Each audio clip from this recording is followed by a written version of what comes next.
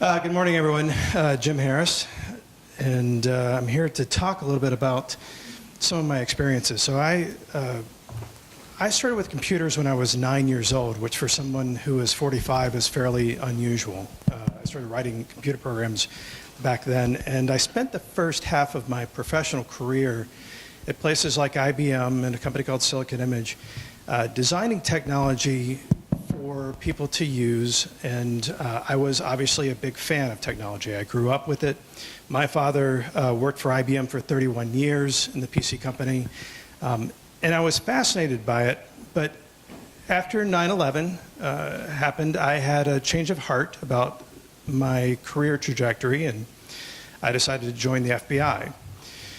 And at the FBI, while I had kind of always been sort of interested in how people thought and how the human brain worked, I had the opportunity to learn a lot more about it. In my first several years at the FBI, I worked crimes against children, so child exploitation crimes, child pornography, child prostitution, these sorts of things that were all facilitated with computers. I did computer forensic examinations, I did investigations online. And as part of that, I actually began to get psychology training on both the offenders, and I became a child victim forensic interviewer. So I learned the psychology of how to interview children forensically so that their statements can hold up in court.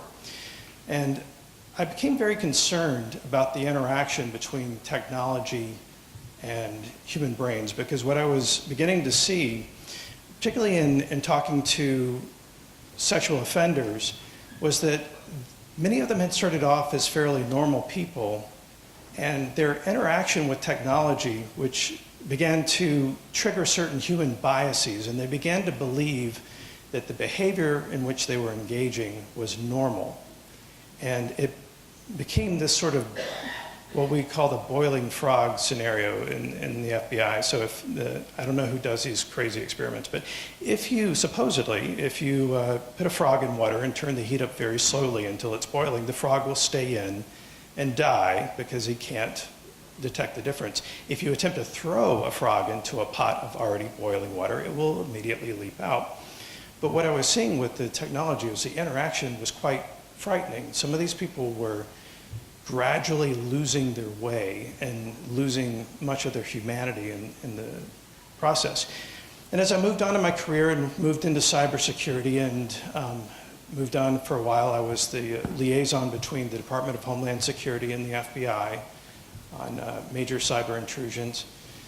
I started to see some common themes that resonated even with normal users and with the way, these non-extreme personalities were engaging with the internet. Some of the things that I had seen with the child victims as well, they began to see the universe in a different way because of the way technology was presenting the universe. And a lot of us see this now, certainly in the US elections. If you're a heavy Facebook user, depending on which candidate you support, your Facebook feed reinforces your existing beliefs. And this is one of the concerns I'll talk about later. But there's a lot of things going on. And so I began to, as I left the FBI, it kind of capped out in my career. It had gone sort of as far up as I could go, given the circumstances. I decided to spend more time addressing what are some of these things that people are doing with technology that are making them not understand what's going on. So I'm going to walk through this is some ongoing research, and I'm actually working with some others a cognitive neuroscientist and actually a guy with an economic background, and there's a reason for that. But we're trying to come up with some more concrete theories, at least, of why these things are happening and what we can do about them. So there's a great book, highly recommend. Daniel Kahneman is a psychologist who won the Nobel Prize in economics, which is a fairly unusual accomplishment. But he talks about these two systems in our brain, the fast system that evolved to very quickly give us an answer to a question, and then the slower system that stops and, if we're lucky, checks to see if that answer is actually correct. And what we're beginning to suspect is that in this very rapid world of 140 character statements flying at you very quickly, we don't have the time often to stop and really think about this. So Kahneman, and I'm altering this, this question a little bit, but Kahneman talks about a question within this that I think is really good and kind of tests how quickly or slowly you think about this. So altering it slightly from his original, if a retail store examines how much shoplifting and credit card fraud are costing them every hour, and together they find that shoplifting and credit card cost them $1.10 an hour, and they know that shoplifting costs $1 more than fraud, how much does fraud cost? Think about what the answer is in your mind. Some of you will go, oh, it's obvious. Well, let's walk through this really slowly. Did you think 10 cents? See some people shaking their heads. That's probably the instant reaction of a lot of people. Hopefully many of you slowed it down a little bit. If you slow it down, if fraud costs 10 cents and then shoplifting costs $1.10, the total would actually be $2.10. So it becomes obvious that now, in hindsight, that the answer was 5 cents. So 5 cents and $1.05 makes $1.10. System one wants to tell you, wants to scream at you that it has to be $1. I said the difference was $1, and I said the other one, $1.10 together, it's screaming at you, it's got to be $1. Slow down and think about it, it's not. So he uses this test to see how susceptible people are to this system one. Now, let's apply this to a cyber scenario. And the NIST Cybersecurity Framework is something that a lot of folks in my position, I do a lot of consulting. I do a lot of consulting back to the government, to the Department of Homeland Security, to try and help people with their cyber resilience and to get them to think about this problem a little bit better. And the NIST Cybersecurity Framework, I think, is a really, really good way to think about it because it's put in human terms and not in technological ones. So the NIST Cybersecurity Framework has these basic phases, which are identify, protect, detect, respond, and recover. And I'm going to walk through these not quite one at a time because some of them kind of go together. But I want to talk about why people make these. This is a really good way to think about the problem, but why do people make significant cognitive errors when they are trying to work through this process? So let's start with identify. What NIST says is essentially, identify is what are the assets that I have and what are they worth to my organization, to my business, to my government agency. But there are certain problems with the human brain that make this sometimes difficult to do. So which of these concepts were more important to our ancestors? Pointy stick, hungry bear, or the ratio of the circumference of a circle to its diameter? Now, if you can understand pointy stick and hungry bear as a primitive caveman, you can probably survive to have your slightly less primitive descendants. If you confront the problem of the hungry bear with trying to recite pi to the last possible digit, you will be eaten and not survive to share your DNA with your descendants. But technology creates a problem because technology is more like dealing with pi. We think in terms of, when people think of their security policies, they think about, Bob, who works in accounting. Now, Bob is very reliable, he works in marketing. Bob's very reliable, he works in marketing. He's a sports fanatic, so maybe I need to keep him from going to ESPN too much or streaming World Cup videos during the World Cup. But machines see Bob in an entirely different way. They see an IP address, a MAC address, maybe some sort of user ID. And somehow I have to translate the types of rules that I want to establish for Bob and marketing to this stuff on the right. But this is the pi problem all over again. And one of the things that you discover very quickly is that these long sequences of numbers don't work for human beings, right? you can't remember that many. Some studies say we can't remember more than 7 numbers at a time. I'm not sure I can remember 7 at any given time without writing them down. But machines, by contrast, don't deal with abstract concepts, at least yet, very well either. And when humans have to translate numbers back and forth, they frequently make mistakes, what we call fat fingering. And another part of this problem is that numbers that get thrown into everything give a false sense of authority.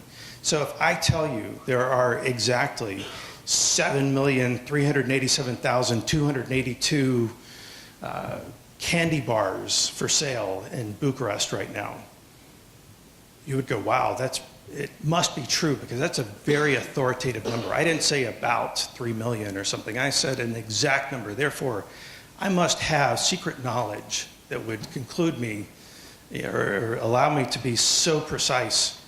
But that's not always the case. Yet we still think of that. When people rattle off long chains of numbers, we give them an authority that maybe they don't necessarily deserve. Okay, so when you have employees who are trying to put all this together, so the employees, what I frequently find in these types of consulting engagements, the folks who are doing the IT are hired to do a job, and they are hired to defend a network, but they don't necessarily understand what the business needs, what their values and the impacts of the different parts of that network are. And an example is I was doing a cyber tabletop exercise on behalf of DHS for a port authority, and I'm not going to name the one, but the Chief Information Security Officer for the Port Authority had taken me to show me his security operations center and all of his very impressive equipment and all of his millions of dollars worth of equipment and software. Is very, very cool. But I didn't know what a port authority was. And I wasn't trying to be funny. I asked the guy, so what does a port authority do? And he just kind of stared at me. He said, I don't understand the question. I said, what do you do here? Well, you know, we're a port authority. Okay. What is that? What does it do? And he's just staring at me. There's this long, awkward silence. I said, you have all these computers you were talking about defending. What are people doing with them? He said, well, we have human resources and accounting. I'm like, no, everybody has that. What do people do? What are the important systems? What are they doing with them? And he finally just looked at me and said, I don't really know. I'm like, you just told me you spent $3 million protecting all of these computers. You have no idea what people are doing with them. How do you know what people are coming after? How do you know what's the most critical thing? How do you know what to bring up? He couldn't answer these questions, and that, you know, he was a very good sport about it, but I wasn't trying to put him in a bad situation, but this was it's very troubling. And so if you don't know, the question that cyber professionals are faced with is, how do I take a limited number of resources and apply them to what seems like an infinitely complex problem? And if I don't know what it is, I just build a castle around it, right? This is the castle, the crunchy outside, chewy inside, soft and chewy inside concept, which castle walls, if you look at it, I mean, some of these castle walls, if you go to parts of, I'm sure many of you have seen them here, it's a lot more rare for an American to be able to say they've seen one of these, but some of these structures have stood for over 1,000 years. But on the inside, it's empty, right? Because the walls were built to stop people from coming outside, but as soon as they get inside, it's all over, right? And this is what we see in cyber as well. There's also this issue when you're trying to walk through this problem and you're trying to think about this, now we're into this protect concept of impacts below the waterline. And as people are trying to think about what they are going to protect first, they need to be able to think, what is the thing that sinks the ship, right? So Back in 1775, the United States and Britain were, obviously, the American Revolution was going on.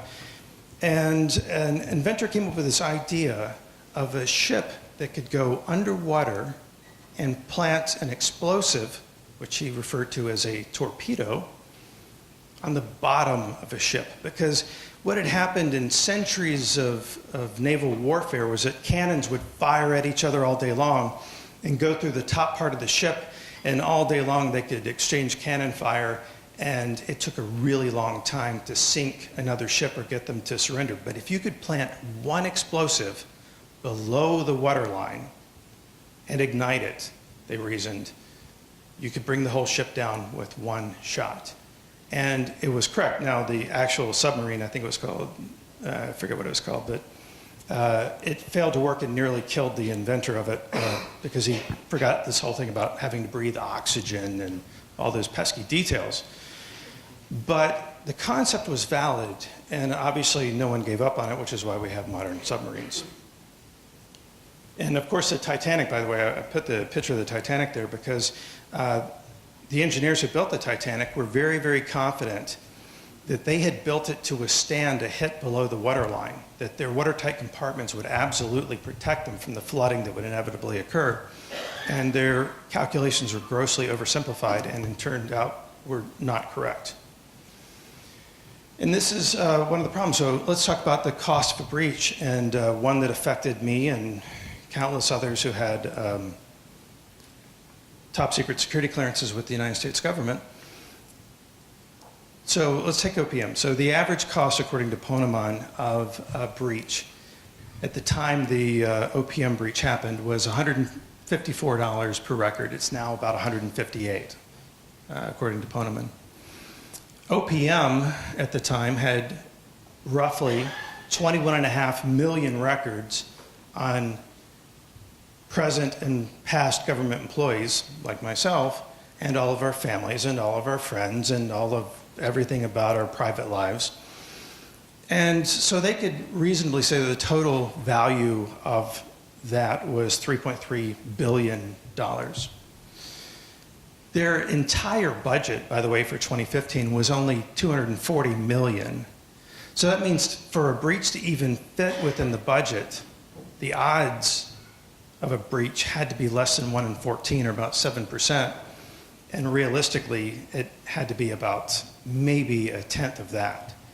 So when they're coming up with their calculations for what are the odds that a sophisticated nation state like China or Russia might want the most intimate secrets and details of the family lives of 21 million Americans who have top secret security clearances? Negligible. Who would want to go after that stuff? Our fingerprints and everything else. So the problem, of course, is there's a huge problem with the framing. So everything I just did walking through this valuation is ridiculous, utterly absurd, because we framed the problem. We've used psychological framing effect to frame the problem incorrectly.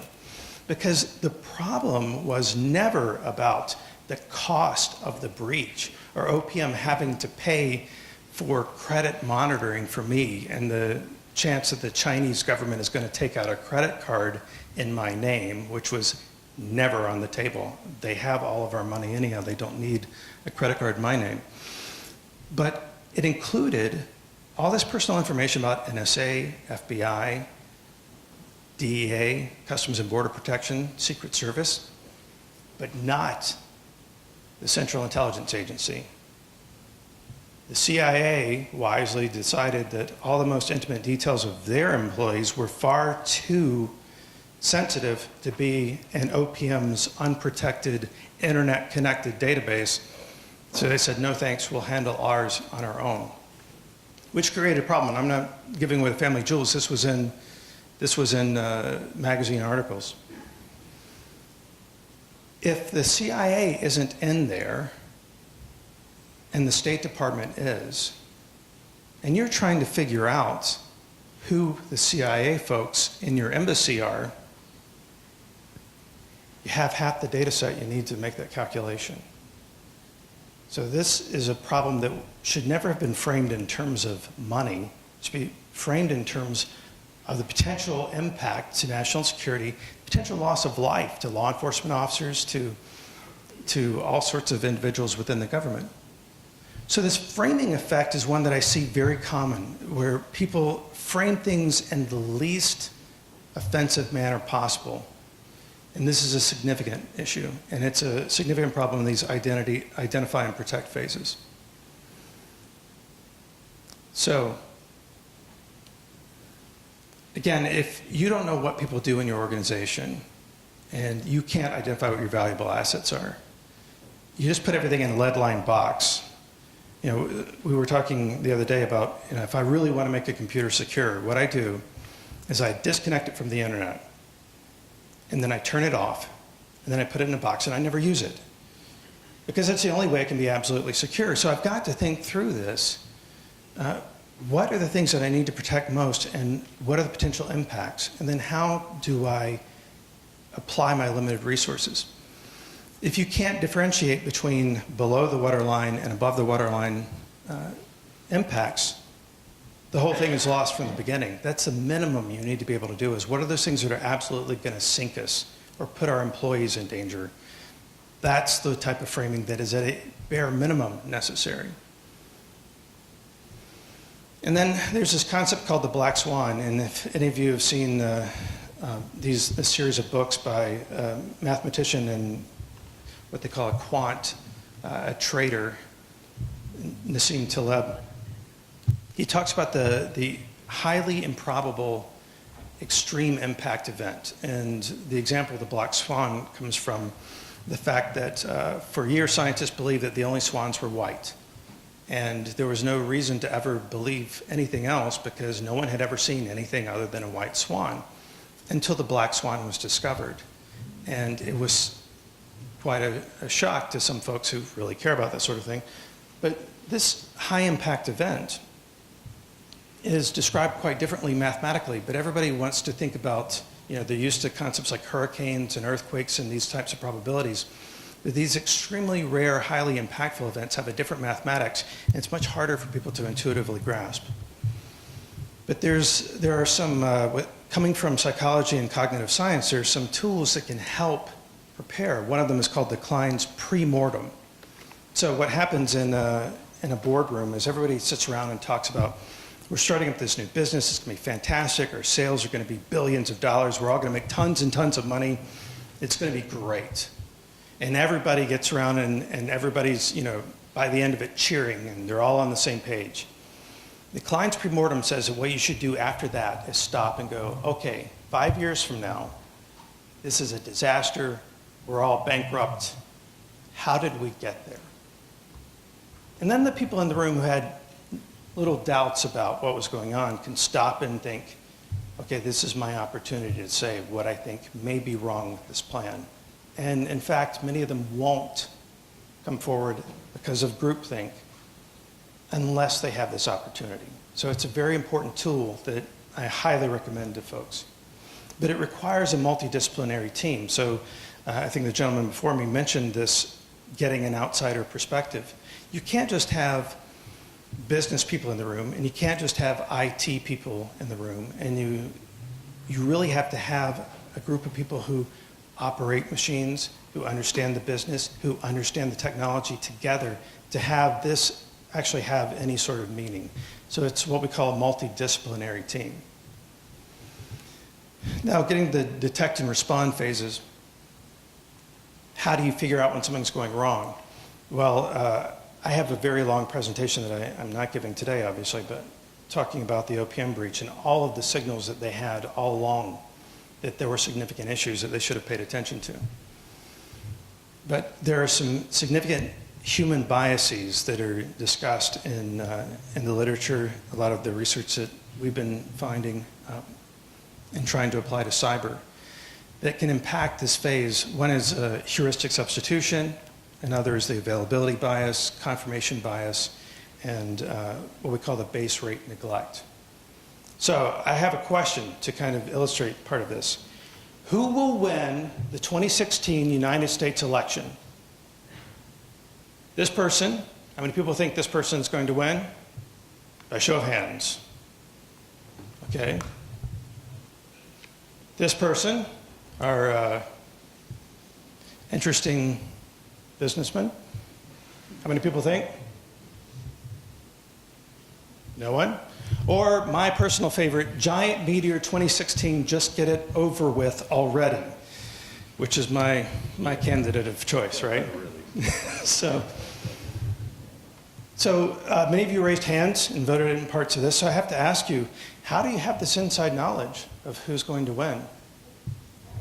Because I didn't ask, who do you think will win, or who do you hope will win, or who has the best hair, which can be important to some people. I asked who will win, but you answered a question that you could handle. You instinctively did something called the substitution heuristic. You substituted a question that was answerable for one that isn't, unless you're a time traveler from the future, in which case please come see me after the break because I have questions about the lottery. But cybersecurity things can cause this sort of problem as well, right? If I want to know if there's a virus on the computer, if someone asks me, is there a virus on a computer? What's the tool I use? I pull up the virus checker, I run a scan, and I say, no, there is no virus on the computer. I've made a very dangerous substitution because a virus scanner can only tell you about the viruses it knows about. And there are an infinite number of viruses that have been created, have yet to be created, will be created, that it doesn't know about. And so it can't tell you if there's a virus. It can only tell you that it found one or didn't find one. Or sometimes it tells you that something is really bad and it says things like, I blocked a high-risk intrusion. And you dig into it, and this message on the left is actually a virus scanner finding another virus scanner and reporting it as a high-risk intrusion attempt. And on the right is something that maybe is a little bit better, but it just has big green check marks and says everything is okay. Well, that doesn't mean everything's okay. It means it thinks that everything is okay. That substitution is automatic, and it's very misleading. So if, there's this, Kahneman calls it the what you see is all there is effect. If all you see are things like this, then it tells you, absolutely, I know something bad happened, or absolutely, I know everything is fine. But that isn't actually what anything means. The people who design cybersecurity products, and having a cybersecurity product company myself, I've been told by investors that we should do more of this, which I don't agree with and refuse to do. But the problem is, they're looking at data that looks like what you see on the left. That's actually flow data. And I can't tell anything from that. And if these tools present the data like that on the left, I don't know as a human being how to do that. I can graph that exact same data into a graph using commonly available tools that actually came from biology. And immediately I can see, I have a botnet here. I have some machines inside my network that are talking in ways that I don't know. But technology people design cybersecurity products for other technology people, not understanding that business people and normal people who run small businesses have to make some sort of sense out of this information. They don't present it in human forms. So the confirmation bias. Who is the best soccer player in the world? Somebody in this room maybe, or football, as we would say in Europe, who has an opinion about who that might be? No one has an opinion about who the best soccer player in the world? When I ask this question in Chile, they have an immediate answer. When I ask it in Brazil, they have an immediate answer as well. They're not the same answer, by the way. But most people have probably immediately thought this, right? And so I could, no matter who you say, and because of time, I'm not going to go through the whole thing, but I could pull somebody out and say, who is it? And then if I had an encyclopedic knowledge of soccer, which I do not, I could then say, well, what about this statistic? In the US, it's baseball, right? People argue over who was the best baseball player ever. And you hear arguments such as, well, Babe Ruth was the best wall, Sammy Sosa could knock it out of the park much better than Babe Ruth could. Yeah, but those guys were using steroids, right? And there's all these excuses. No matter what the counterfactual evidence is, you will ignore the counterfactual evidence and you will choose that evidence, what we call cherry picking, to support your existing bias, right? Everybody does it. It's harmless in sports. It's a lot more harmful when you're doing it, when you're cherry picking things in terms of business or in a government agency is even worse. All right, so beware the vendor. I'm not really trying to bash cybersecurity vendors in general, but one of the things that you'll see, and many of you may have experienced if you've ever shopped for a product, is, you know what, our product is so good, I tell you what, I'm gonna give you 30 days for free.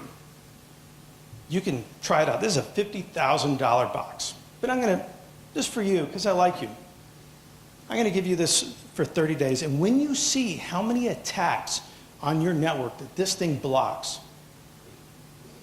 I can come back and I can take it away if you want. Or you can give me my $50,000 and I'll leave it here, right? And so they say that, you know, when we're done with this 30-day trial, we will have proven to you that our product works, that we protected you from all these attacks. And they're playing on a couple of things, right? The availability bias. The availability bias, again, remember, if I can perceive something having been true, if I can imagine it being true, then I'm more likely to believe it, right? When you see high-risk intrusion blocked, I'm more likely to believe that the product is actually doing something. But there's also base rate neglect, right? What you don't know is how many of those alerts were utterly meaningless. In other words, some of these things, they said, we blocked this intrusion attempt. The question is, would that have even worked? Are my systems patched against that? Were they ever vulnerable in the first place? Do I run a Macintosh shop and this was a Windows vulnerability you just blocked?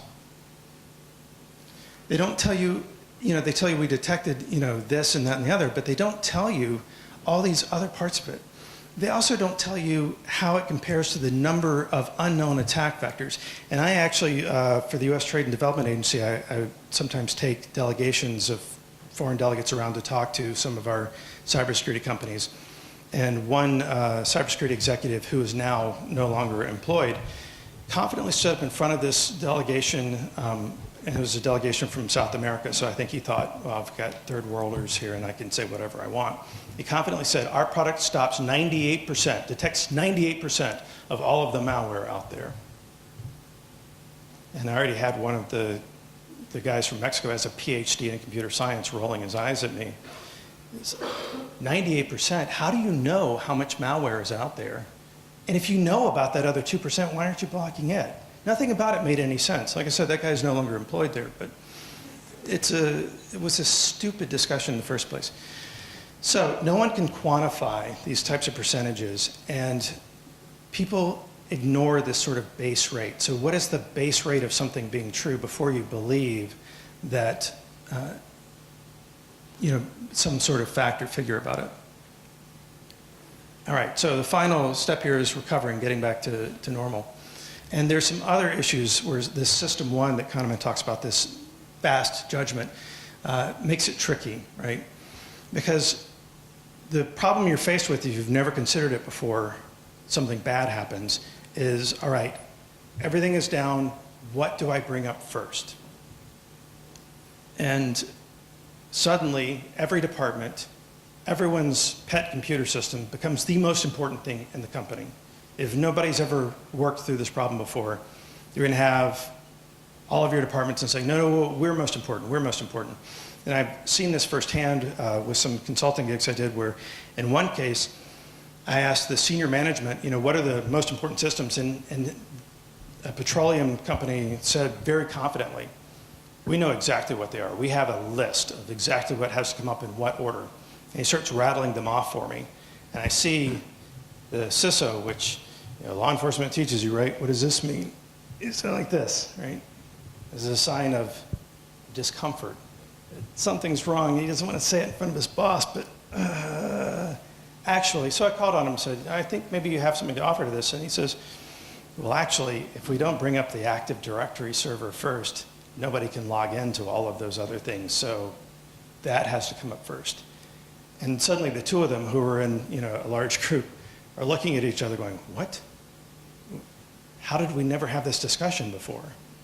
But that's the type of thing that you have to do beforehand. And people forget what the dependencies are, such as the Active Directory server has to be up first.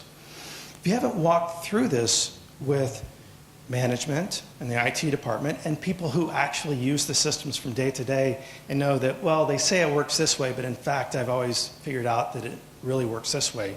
Your users are probably your best source of information on this. Then when the time comes for the disaster, nobody's prepared to walk through it.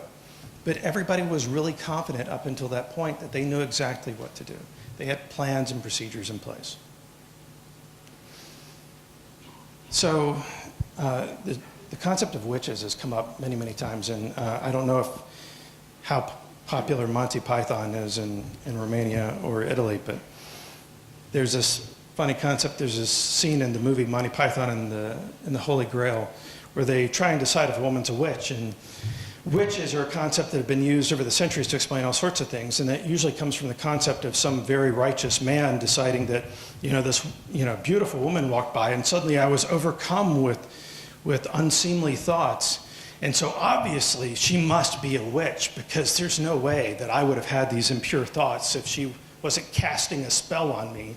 And so it was the obvious explanation, and then it became an explanation for crop failures and everything else. And this is the witch doctor effect, right? So in primitive tribal cultures, and in modern United States as well, the witch doctor is the guy who makes everything really mysterious. And you probably run into that guy in some company you've worked for, or some agency you've worked for, who makes everything so mysterious so that the person who's actually in charge, the real boss, is uncertain and not sure what to do. I have to ask the witch doctor because I don't know. And witches and gremlins and all kinds of paranormal phenomena have been brought up to try and explain away things, and the witch doctor can confidently assert, if we just burn the witch, it will solve the problem. We'll get the crops back. The next hunt will be fantastic. Of course, it's stupid, and we know this now, but we still engage in a modern 20th century, 21st century version of it. These narrative fallacies that we build after something happens. So what is the only thing that you know for sure after there's been a major event in your organization? Anyone have any guesses? The only thing you really know after that is, it wasn't my fault. That's the only thing anyone knows absolutely. It wasn't my fault. Until we start to develop these narrative fallacies, a story that makes sense. We find the witch, and we have the witch hunt, we find the witch, and then we burn her, and everything's fine now, right? The problem is witches don't exist, and systems are much more complicated than that. But if you tell yourself this enough, you start to believe it. And then if you're recovering from a disaster and you believe the witch story in the middle of all of this, that feeds your learning for the next time you have something. It's bad learning, it's negative learning. And this is a problem that I see far more frequently than you can imagine. And you see it in congressional testimony. If anybody has the stomach to sit through 2.5 hours of the unclassified congressional testimony regarding OPM, which I have, it's stomach churning, but you will hear some incredible rationalizations from people who have PhDs in computer science. It's actually kind of shocking and frightening. So what are the conclusions from this? Well, slow down and think a second time. Don't use that system one, as Kahneman talks about it all the time. Know your organization, understand what you have, and what its real impact is. And make sure your policies actually make sense and they're things that people can follow, because if you set these really high security policies, no one's going to follow them. They're going to break them. And I have an example about that I'll tell you offline, if anyone's interested. Plan for failure. This is a real problem, is practice as a group, have your multidisciplinary team, and then plan for failure and actually practice it, walk through it. Assume the worst is going to happen and walk through what that means. Assume the ship is going to take a fatal blow below the waterline. How do we try and save as much as we possibly can?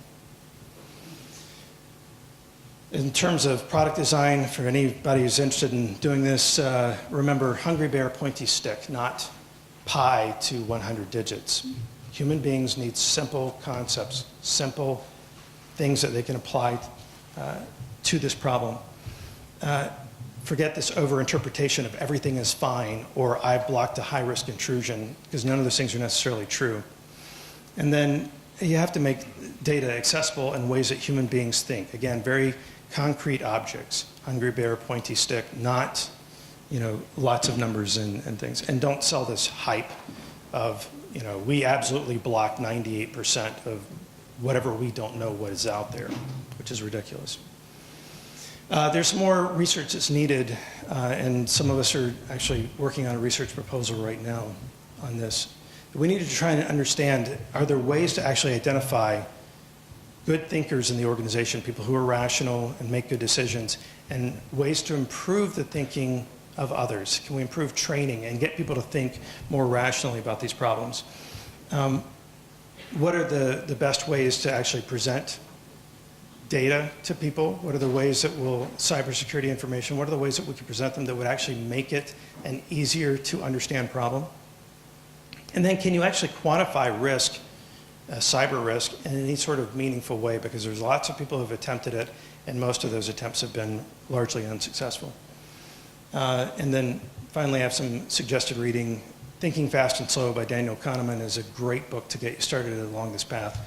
Super Forecasting by Tetlock and Gardner, another great book. And then there's a whole series about the Black Swan books from Nassim Taleb. All of these are great ways to start thinking about how people are thinking.